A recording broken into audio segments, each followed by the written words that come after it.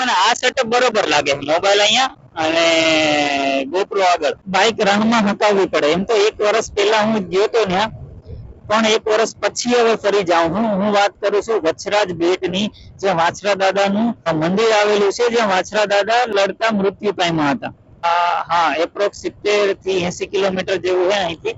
અને એમાં પણ જે રણ છે એ રણ ખાલી 30 કિલોમીટર નું તો ખાલી રણ છે, 25 થી 30 કિલોમીટર, જેમાં હે ને વચ્ચે રસ્તો કશો આવે જ નહીં. ખાલી તો આમ તમારે રણમાં જ બાઇક હકાવવી પડે. આપણે કેમ પૈણો હોય એ પૈણામાં જ તમારે બાઇક યા કાર હકાવવી પડે. અત્યારે હું પહોંચી ગયો છું દસાડા ગામમાં, અને અહીંથી જ્યારે પણ હું ઘરે આવું ને ત્યારે અહીંયાથી બસ પકડવાની હોય છે મારે. જો એ જગ્યા તમને દેખાડું, એ હોટેલ, અને ત્યાંથી દર વખતે હું ઘરે આવું છું. અને અહીંયા જેટલી વાર જાઉં ને ભાઈ એટલી વાર એને ગાડી અડી જાય. આ વખતે ના અડી હો. અને અહીંયાથી હવે આપણે એને લેફ્ટ લેવાનું છે. આપણે અત્યાર સુધીમાં 30 કિલોમીટર નું ડિસ્ટન્સ કવર કરી લીધું, અને હવે 30 કિલોમીટર જેટલું રહ્યું હશે આઈ ગેસ. તો હમણાં ત્યાં પહોંચીને હવે મેપ ચડાવવો પડશે, પણ એ પહેલા અહીંયા આપણો ફર્સ્ટ રેસ્ટ હશે આવક જાવક બંનેમાં. આ બધી તો નવી હોટલો બની છે. હા બસ, તો ત્યાં આપણો પહેલો રેસ્ટ હશે. અને જો પબ્લિક કેટલી છે ત્યાં, બહુ વધારે પબ્લિક છે ભાઈ અહીંયા. બરોબર છે. જો 2 વાગી ગયા છે અને આ હોટેલ અહીંયા આપણે ચા નાસ્તો કરવા દર વખતે ઊભા રહેતા હોય છે. તો આજે પણ અહીં ચા નાસ્તો કરી લઈએ અને ફરી મળું તમને ડાયરેક્ટ નાસ્તો કરીને. ચલો, તો શોર્ટ બ્રેક હતો, શોર્ટ બ્રેક પૂરો થઈ ગયો અને હવે આપણે અહીંથી ફરી નીકળીએ.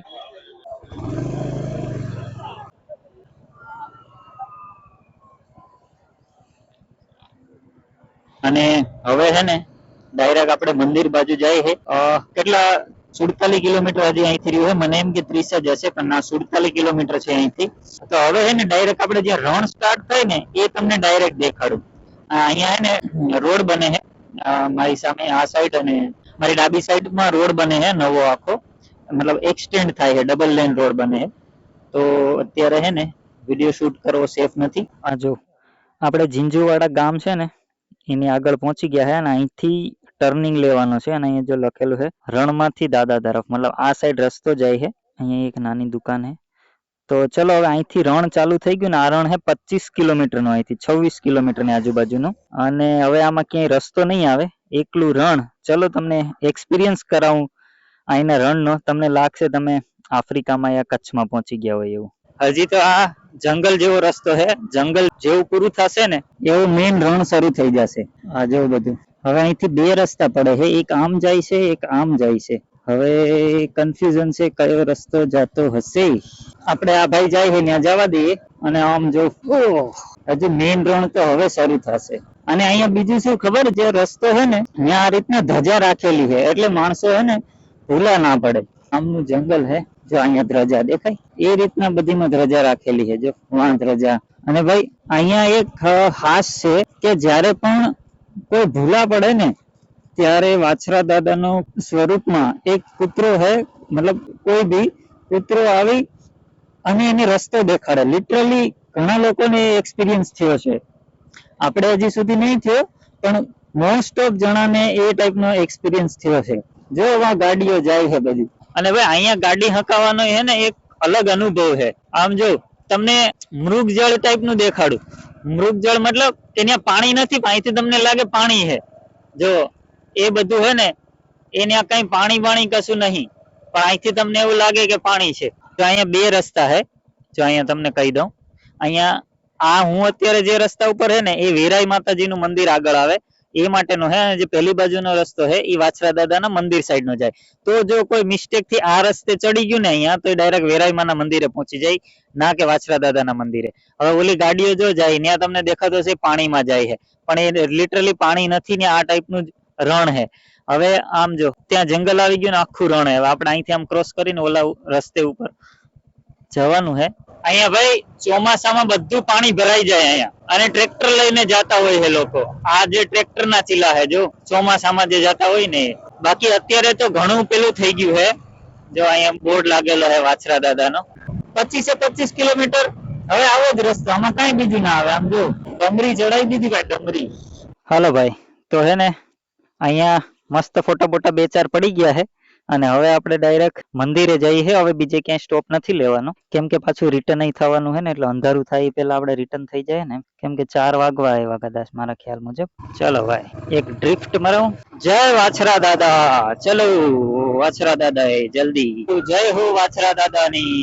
હજી તો અહીંયા મીઠાના રણ ને બધું, મતલબ મીઠાના અગરિયા શું કહેવાય યાર, મીઠાની ખેતી કરતા હોય ને એ બધા આવશે આગળ જતા. અમારા ગામમાં ને પેણો કે પેણો, તમારા ગામમાં શું કે યાર રીતિને કોમેન્ટ કરજો ભાઈ, કોઈ દરિયા કિનારે રહેતા હોય તો. દેખાડું મીઠાની ખેતી. જો આ બધું હે ને, આ બધી મીઠાની ખેતી છે. મીઠાની આ બધી ટોટલી મીઠાની ખેતી છે. અને અહીંયા ભાઈ લિટરલી હે ને અંદર કુવા કરેલા હે ને, સોલાર થી પાણી ખેંચીને પેલું કરે છે.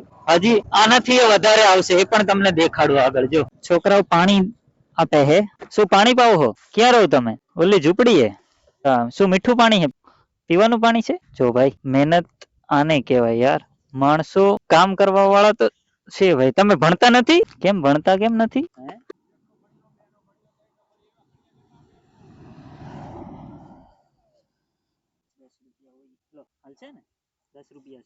હજી છેટું હે?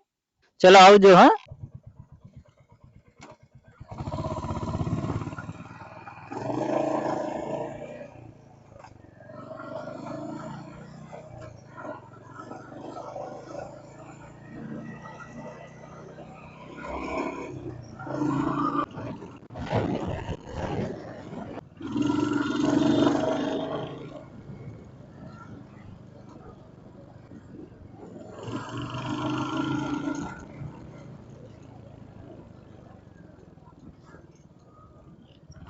તમને ક્યાંય અહીંયા ઝાડવું તો નહીં દેખાય. પેલી બાજુ તો હજી નજીક હતો એટલે જંગલ જેવું દેખાતું હતું. હવે આ બધું કશું નહીં દેખાય, એટલો રણ એમ.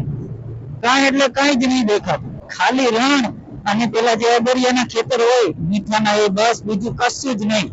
જ્યાં સુધી નજર પડે ને ત્યાં સુધી કાંઈ એટલે કાંઈ નહીં. જો તમે કચ્છમાં ને રાજસ્થાનમાં ને આપણે જે બી ફર્યા હોય, પણ એમાં તો શું આપણે રોડ ઉપર ફર્યા હોય, તો આ વગર રોડે તમે રણ વચ્ચેથી નીકળો ને, એ બહુ મસ્ત ફિલિંગ આવે ભાઈ. આ જો આપણે રસ્તો છાતરી દઈએ અને જો દેખાતું હોય ને તો આ વાછરા દાદાનું મંદિર આવી ગયું છે.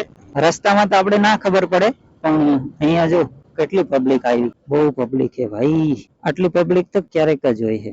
અને આપણે પહોંચી ગયા છે અહીંયા. જો હેલ્મેટમાં બધીમાં ધૂળ થઈ ગયું, આટલી ધૂળ થઈ ગઈ છે બધું.